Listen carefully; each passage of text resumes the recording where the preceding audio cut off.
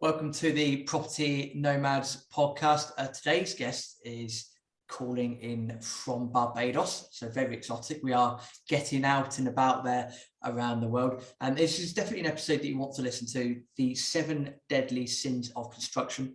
So today's guest has been involved in various projects for over 40 years, has dealt with over $5.5 billion worth of capital projects, over $200 million in construction projects, annual turnover of just under $1 billion, 40 years experience. Ian Rogers, thank you very much for your time today. Thank you. Nice to be on your podcast. Real pleasure. Yeah, really looking forward to this. And just for people listening, the angle that we're taking with this episode, Ian, has obviously got a wealth of knowledge to bring to not just yourself, listener, to myself as well. I'll chip in with probably some rookie questions here and there. And the reason I say that is the level of depth that Ian's going to go into about construction. At the time of recording, I'll hold my hands up. I can't claim to have done construction projects. So I'm not able to speak from experience. This is the purpose of getting someone like Ian on, who is done millions and millions and millions of dollars worth of projects.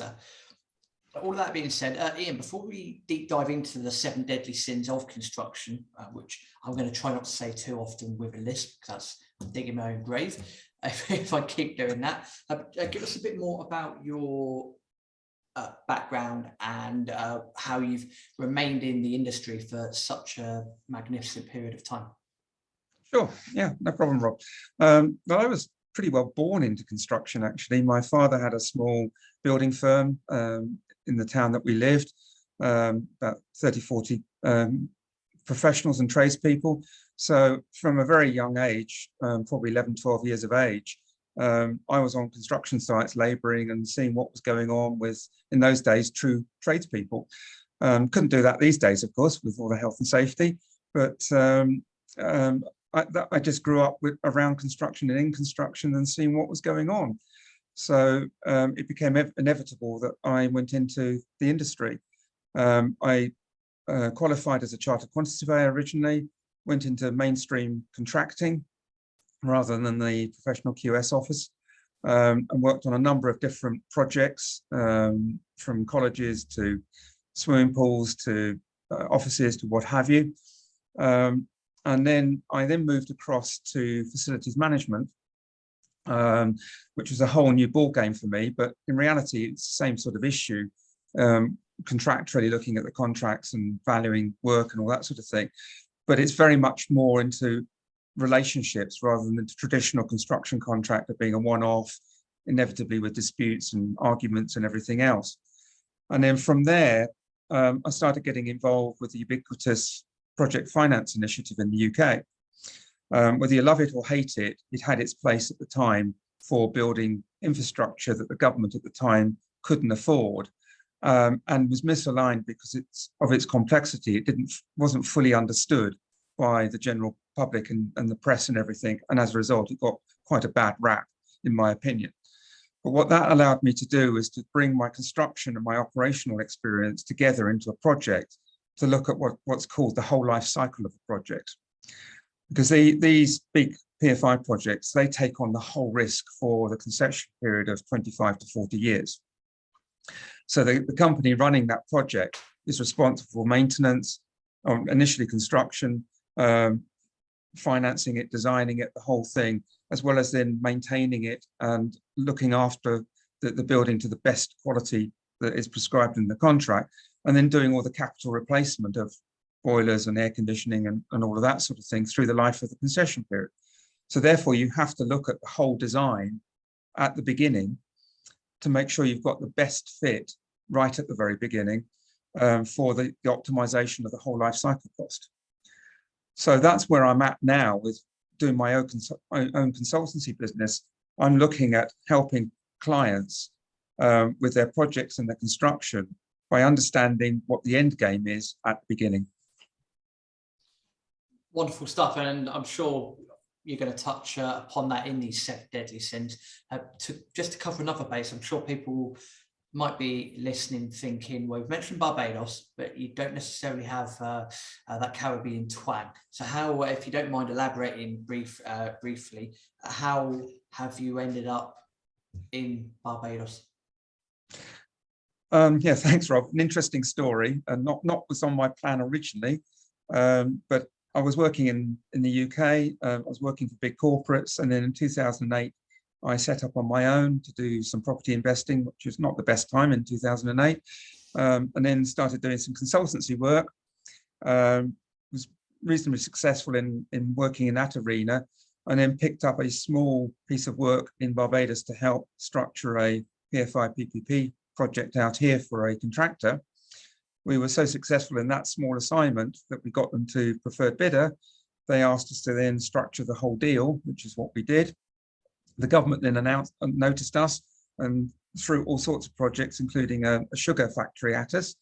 And I've been here ever since. And that was, well, initially started in 2011, and I've been here permanently since 2013, and absolutely loving it, as you can imagine.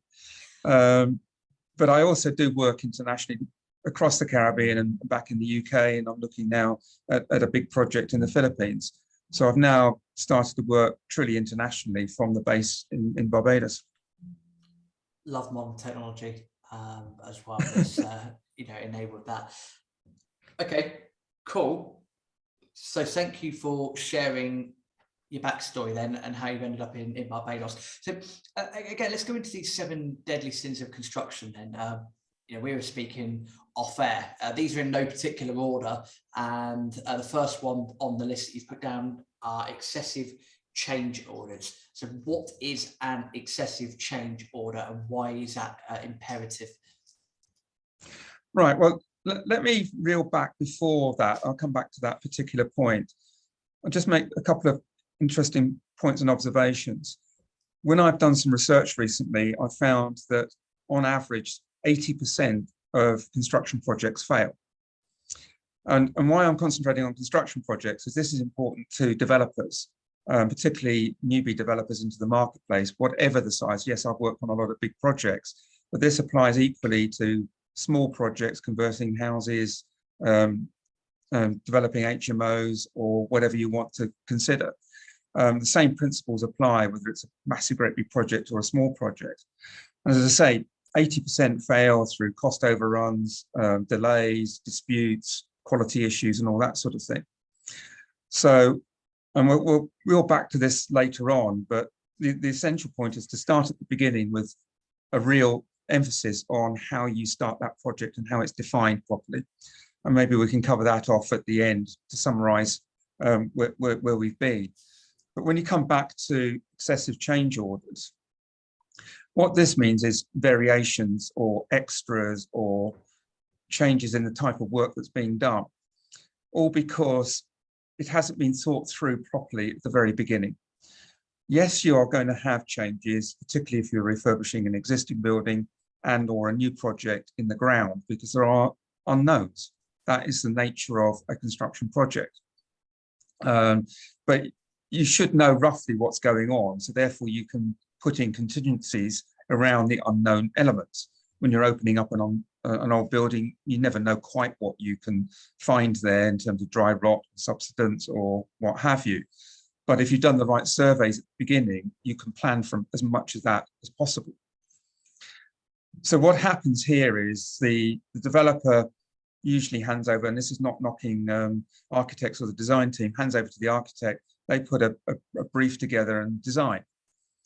But they're not necessarily understanding what's needed at the beginning, particularly in terms of what the client really wants out of that building, in terms of the returns, why they're doing it, all of that sort of thing. And things are often left out. And it's only as you go along that the client thinks, oh, actually, I need a storeroom here. Oh, this should be happening here. Oh, how are we going to get access to maintain the boiler? All of these things. And they end up being change orders or variations. As I said, some will be unknowns. And if you've got a contingency pot there ready to go, you can draw on that contingency pot for the unexpected. But some of the stuff I've just mentioned really should have been in the plan from day one.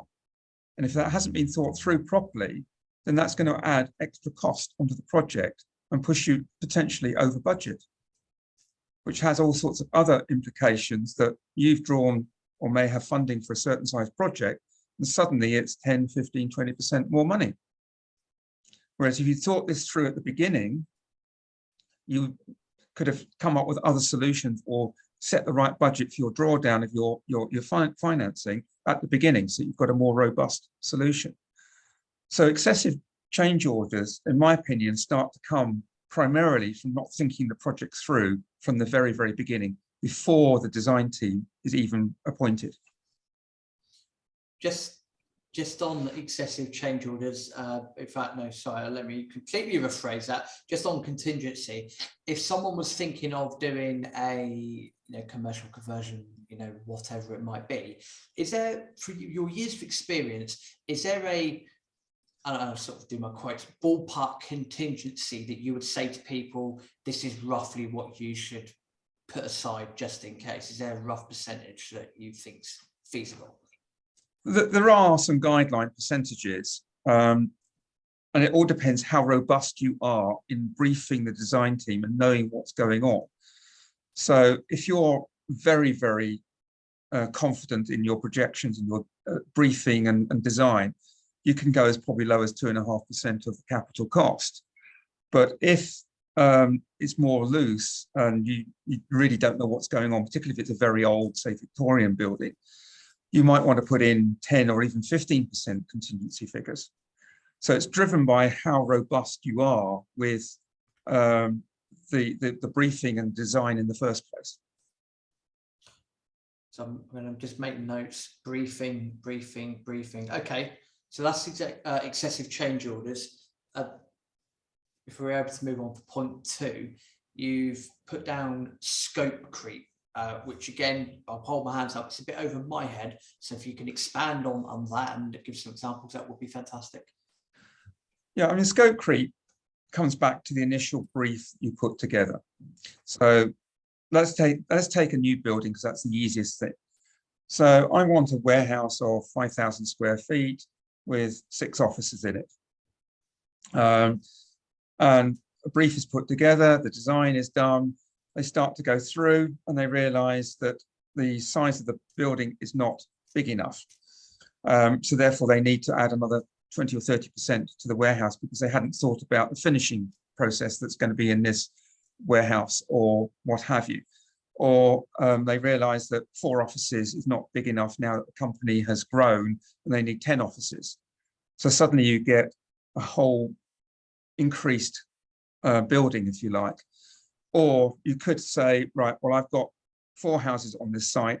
Actually, I can squeeze 5 or 6 houses on this site. So it increases the whole scope of the project.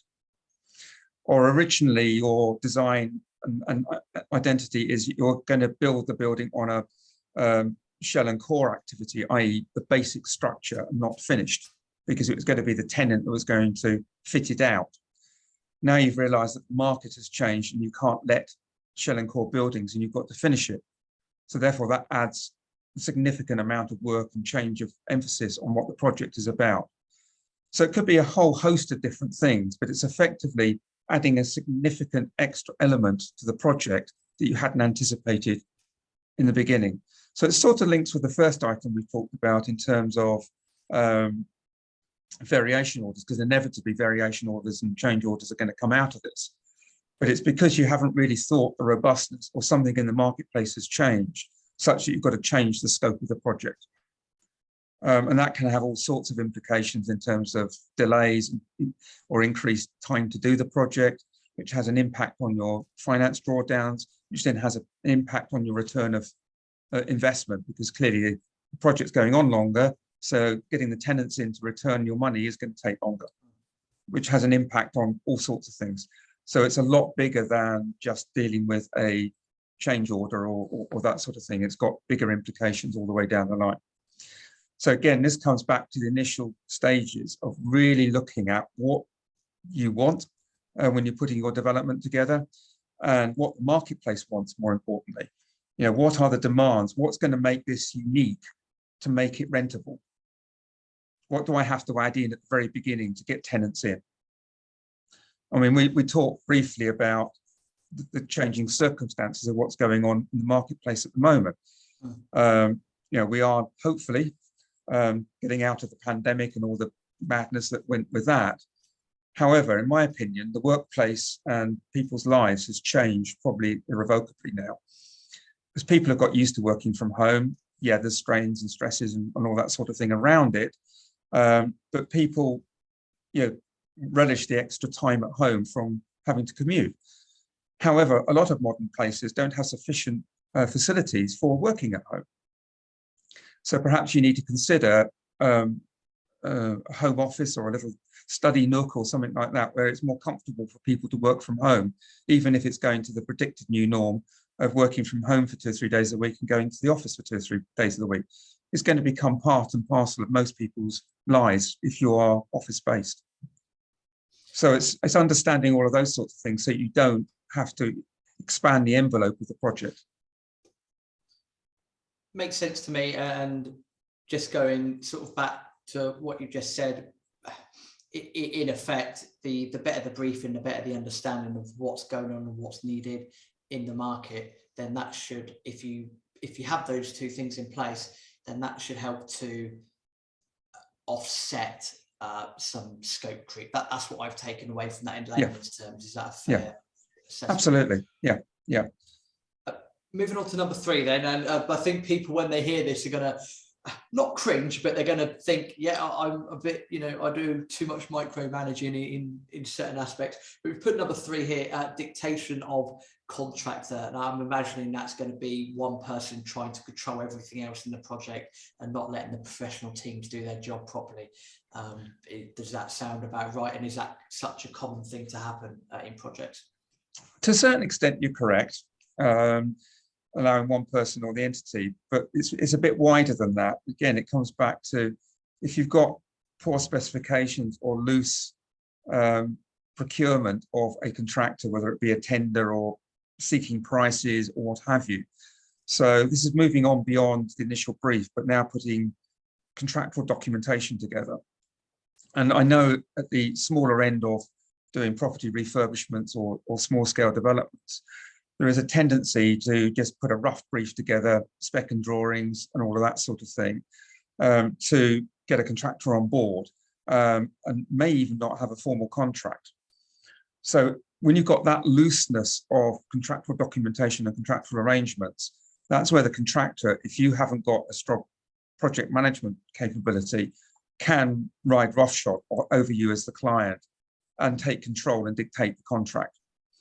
It also means that contractors being contractors, and again, this is not a dig at contractors, it's just life in the contracting world. They all want to make money.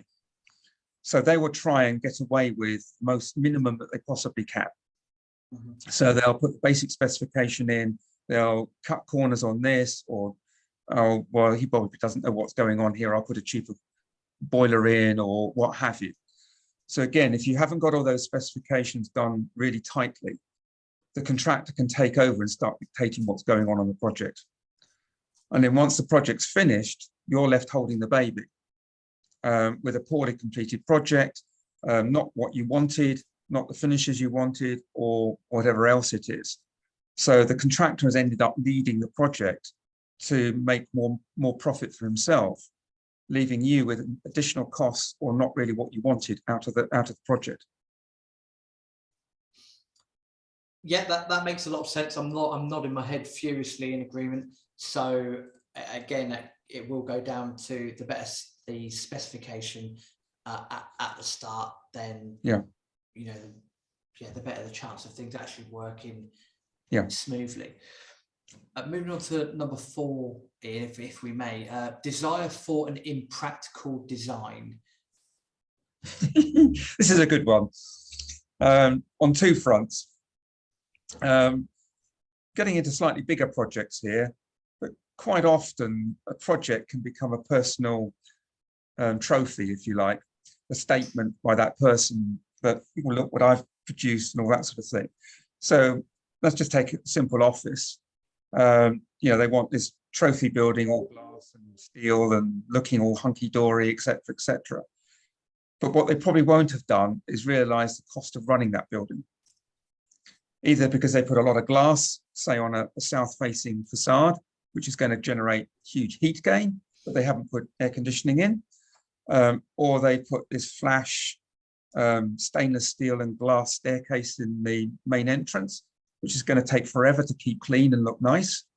All of these sorts of flash things that they want to make it look like a trophy building, to make a statement, almost like leaving a legacy, or if it's your own little corporate office, making a statement about what you are as a business, whatever it is, without thinking through the practicalities of what that means, not only in the added potential cost of building that building, but also, as I say, coming back to the whole life cycle thing of how much extra cost it's going to be to run it, whether it be increased energy consumption, even if you have put air conditioning and you've got a south facade of windows. That's going to add a lot of heat gain in, which means your loading on your air conditioning is going to be higher, which means your electricity costs are going to be higher. So yes, it looks nice and flash, but it's not practical from a running point of view. And again, coming back to this common theme that's coming out here, if you haven't specified and briefed the team properly in the first place, and you're not controlling the process properly from the get-go, architects have a renown of making things impractical in their design as well. Because again, that's their game. They want their own ego to be put into that design because that's their statement of life. It's their reference point for their style of architecture going forward. But it isn't necessarily what the client really wants. And it can have an impact on the operational costs. So again, people are not thinking about the end game right at the beginning in terms of all these issues. So that's what I mean by having an impractical design. And there's also operational things. I mean, I was involved in a hospital many years ago, and we went in there as the facilities manager to pick up on this. And we said, where are all the storerooms for the linen and all the specialist equipment and all this sort of thing? Oh, we didn't think we'd need that because it's on an existing hospital site. But this hospital was a highly specialist one where their intake was at 2, 3 o'clock in the morning because it was head injuries and heart attacks. So by the time they'd been through A&E and stabilized, they were coming in the middle of the night when all the stores of the main hospital were closed. Wouldn't work. So again, an impractical design impacting on the operations of a facility. Yeah, that's a bit daft from the hospital's point of view. Yeah. But again, just trying to get that into my head. That's a bit strange. In terms of, so if again, hypothetically, I'm saying I've never done a commercial conversion before, and if I'm looking at an old office building, and I've looked at the rough square meterage, and I know that I can get, I don't know, 10 2-bedroom flats, decent sizes. Let's just say they're 60 meters per dwelling. Yeah. In my head, that's what needs to be achieved. Let's just say there's market demand for 2-bedroom dwellings as well. Sure. When we're talking about impracticality, for me, the way that I would look at it is that I would then need to rely on the professional team that I choose to align myself with. Is that as simple as going to an architect, for example, and saying, hey, I've got this building here looking for 10 2-bedroom flats, and that's it? Or is that such a loose thing to say, but then without having a lot of knowledge of what exactly is needed? I'm not sure if that even makes sense, what I've just said. Is that something you're able to answer? Yeah, I mean, that made sense. Yes, you have. Yeah, I mean, that's a typical approach. Oh, I think I can get 10 flats out of this, just hand it over to the design team, and immediately you're burning money with the design team, where you probably haven't thought it through or even checked that it's viable. I'll give you 2 examples of a couple of conversion projects I've recently looked at for a couple of people. One was the classic office to residential conversion, where a small rectangular 2-story ground and first floor office building, and the person wanted to put 3 flats per floor in and then extend it another 2 floors to end up with 12 flats in the overall building. And all I had was an external front elevation picture of the building as is. And I said, well, from what I'm seeing here, there's two things. First, the front door is right in the middle. So the chances are there's a staircase behind that, which goes right through the middle, meaning that you probably only get a flat on the left-hand side and a flat on the right-hand side, because the wraparound third flat at the back probably isn't going to be able to be done without doing a proper survey. So that immediately impacts on the financial returns, because you're not going to have the right number of flats to make that project viable from the rental implication. And then the roof was a pitched roof. So that had to be all taken off, building raised, and then all put back on again, which was a huge cost, which may have impacted on the financial viability of the project. Whereas if it had been a flat roof, you could have just quickly ripped off the floor coverings, strengthened the roof, and just carried on building, which would have been a lot cheaper. So again, it's looking right at the very beginning of any project and looking at the viability of what you're trying to achieve, which may be looking at some financial calculations on returns, albeit very crude, just to see whether this is going to work in a ballpark basis. Then, as I said before, you start to build your brief together, all before you've started to get the design team on board and incur real cost. That initial feasibility study, if you like, could be done in-house if you're reasonably competent at doing that, or with somebody that's going to be much more cost effective in helping you do that. Before you get, as I say, into the expense of getting the architects who will just run with it at any rate if you haven't got it properly specified. And then the second one I looked at was a conversion of a large B&B building into an HMO with some 12, 15 bedrooms in it. So it's a big conversion over 4 floors. So I immediately raised a number of questions on this in terms of, well, this is 4 floors.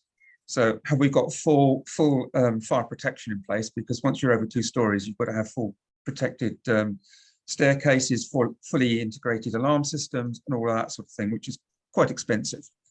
Has that been factored in? Now, I looked at a number of the bedrooms, and 2 or 3 of them were tiny.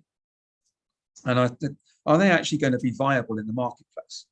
Would you be better on having a smaller number of bigger bedrooms that are going to be easily lettable or more easily lettable than trying to use the cost of maximizing the number of rooms and then not being able to let the small rooms because they're just impractical for a tenant to live in? Those sorts of things. So you've gone to the extra cost, squeezed other people's accommodation, made the whole building feel overcrowded for the sake of trying to get an extra tenant in. Whereas if you'd broken it down into smaller number of bigger bedrooms and double bedrooms, still probably have the same number of tenants in there, but your return is going to be a lot higher because you've got better income streams and less capital cost. And then I started raising, well, there's a lot of people in there. What about storage facilities? Where are people going to put this, particularly if you've got small bedrooms? Have you thought about storage? And then from my own personal experience as a landlord, particularly with the younger generation and cost of transport these days, they tend to have bicycles. And where do the bicycles end up? In the hallways, damaging the facility and all that sort of thing. So have you considered a cycle store? Simple things like that, which would bring you a unique selling point, but it will also save you cost going on into the operation of that HMO. Perfect. I appreciate that insight. I would say to people, one point you just made there, Ian, that was very pertinent, was the looking at having potentially less rooms in said building in order to make the building more functional. I just want to point people back to last Monday's episode with Matt Baker, who deals with HMOs. He said the exact same thing. So, good that multiple people are singing from the same hymn sheet. Swiftly moving on to number 5, 7 deadly sins of construction, and number 5, poor schedule management. I'm gonna sort of preempt something here. I'm going to guess that's going to come down to is it in relation to briefings as well? If the briefing's not good and people don't know what they're doing, then this can lead to schedule management issues, or have I got the wrong end of the stick here? Yeah, you're spot on. again, this all comes together, this common theme of getting it right at the beginning and really going into a lot of detail and working out what you want, so that when your design team puts this together, it's fully fledged. And then it's looking with a contractor at how long is this going to take. Now, if I wheel back to the very beginning, I'm a great believer in putting a load of basic stuff together at the beginning. So you do your budget and your financial model or what have you on crude costs. Does it stack in broad principles at the very beginning? If it doesn't, do a little bit more work. And if it still doesn't, then you know that you're not onto a good project or a conversion or what have you. If it does stack, then obviously you refine that and you can try and squeeze the costs whilst maintaining the quality you want or what have you, to try and make it better and better as you go forward. So it's an iterative process. You also need to look at that with the timeline. And that's what we mean by schedule management, the program, the timeline, in construction parlance, the Gantt chart. So this is a chart of all the activities that have to be done, from ripping out the existing building, putting in the alterations, the structural alterations, the steel works, the rewirings, the decorations, all of that. Each one of those takes time. And it all has to be sequenced, because you clearly can't be decorating a room if you're still knocking 7 bells out of the building with walls coming down and things like that. Although I have seen that. I have seen walls painted on 3 walls whilst they were taking the 4th down. But hey-ho, each to their own. But you've got to schedule this out. And why this is important, if you don't get it right, particularly if it's started to get into a more significant project of hundreds of thousands, that then means delays and claims by the contractor, because a contractor has what's called preliminaries, which is his overhead for running the project. So the project manager, who's on a timeline, maybe site hut or temporary toilets and all of those sorts of things, which are on time-based charges. Well, he'd have priced that, say, on a 20-week project. Well, if it's something that goes to 30-week project, all of those things have to be extended out in cost. But more importantly, if you don't schedule out your timeline properly in the first place, that then impacts on your debt repayment. Now, you may have had a bridging loan to do the construction work on the basis that you then refinance once all the tenants are in and all the risky construction work is done. The financial institution, bank, or whatever it is, will also want to look at your income streams to make sure that your overall viability works. So clearly you've got to borrow money, or you may be lucky enough to have that capital up front to do that work. Well, you initially assess that to be done in 3 months, so the bank is then being asked for repayments on month 4. Well, if you've got delays because you haven't scheduled this out correctly, clearly you're not going to be able to start paying the bank back on month 4 because you haven't got the income because the tenants aren't it. And that has a serious impact on your interest charges and potentially putting you in default and the bank coming in and taking back the property. Plus, if it's an extended period, again, it impacts on your viability of the project because you've got an extended period of construction, increased interest charges on the bridging loan or the interim financing. Because you've got no income, how do you pay the interest charges to start with? So often they are done on what's called a roll-up basis.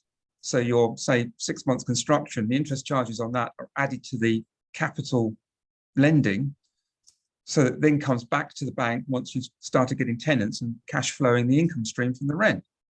So there are a number of implications by not getting the scheduling right, all the way around in terms of potential disputes, extra costs, delayed repayment of debt, and all sorts of things. So by not scheduling this out correctly and properly thinking it through, you can be upsetting all sorts of different parties. As I've said a few times already in the episode, that makes perfect sense to me. So hopefully, people listening as well, take heed, even if you're an experienced developer, take heed of that. So number 5, that's poor schedule management.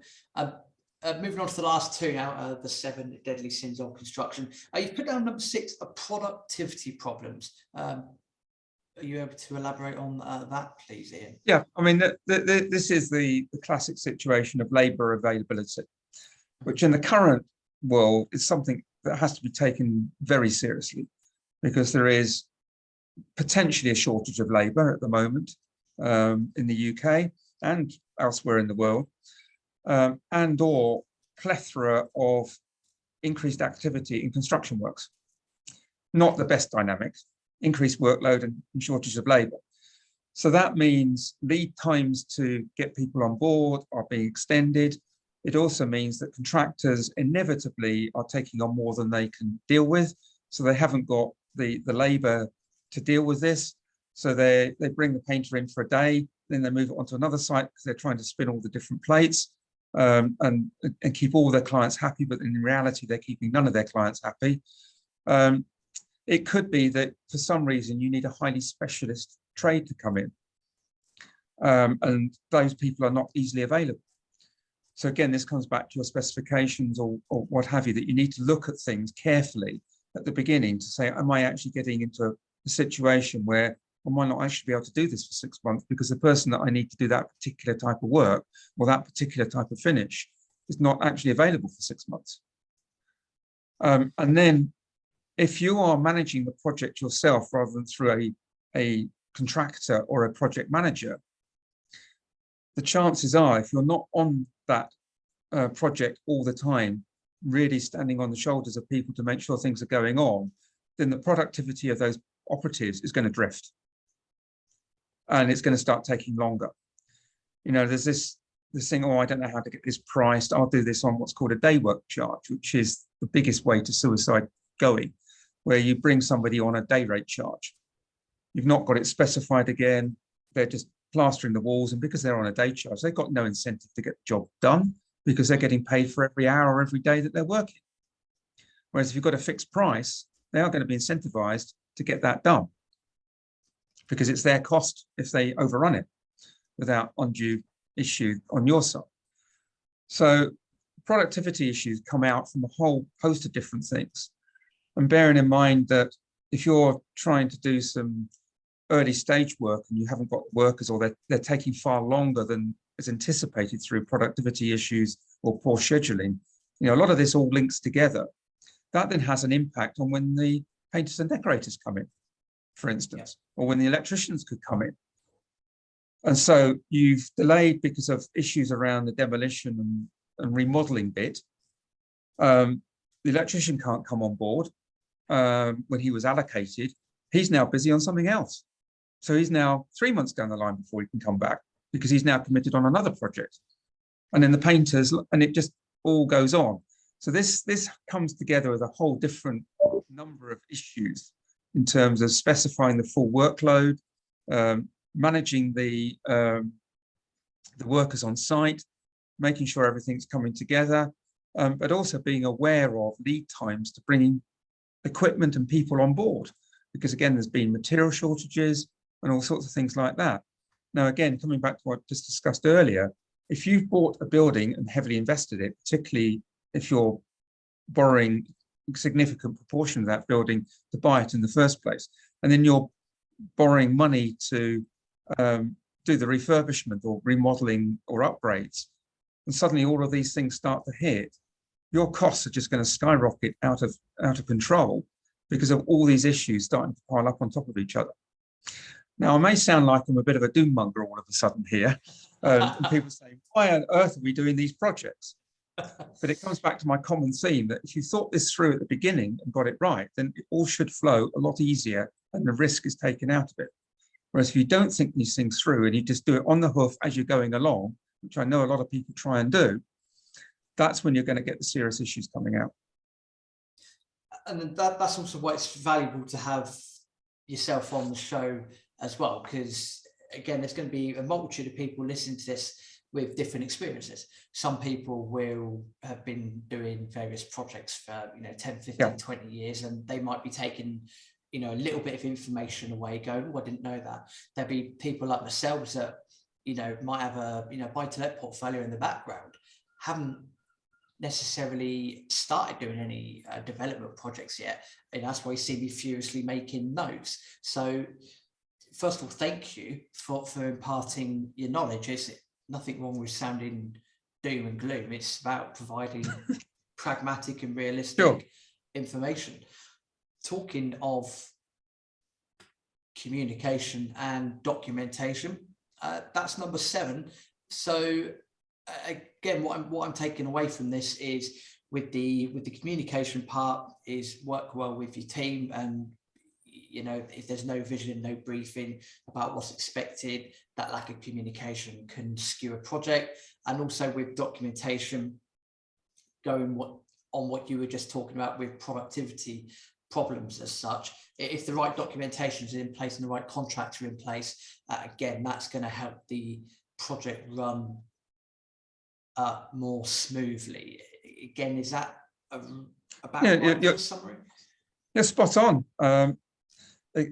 That's the essence of what we're trying to do here.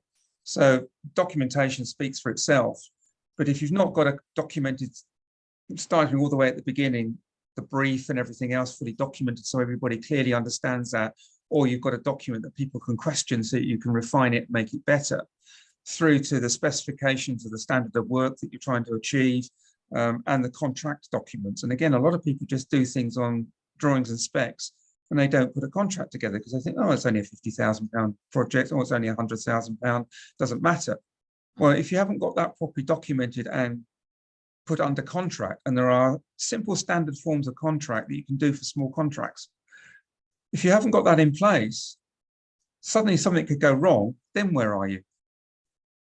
You're in dispute. On what basis are you on dispute? And again, the costs start to escalate away. So your documentation is vital. I know it's a pain in the backside having to do documentation and get it right. But if you do that, it will save your skin later on. In terms of making sure you're getting what you really want out of this project.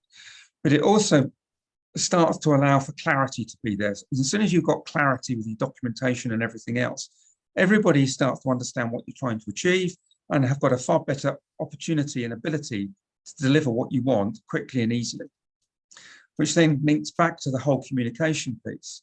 Your documentation is your base load of your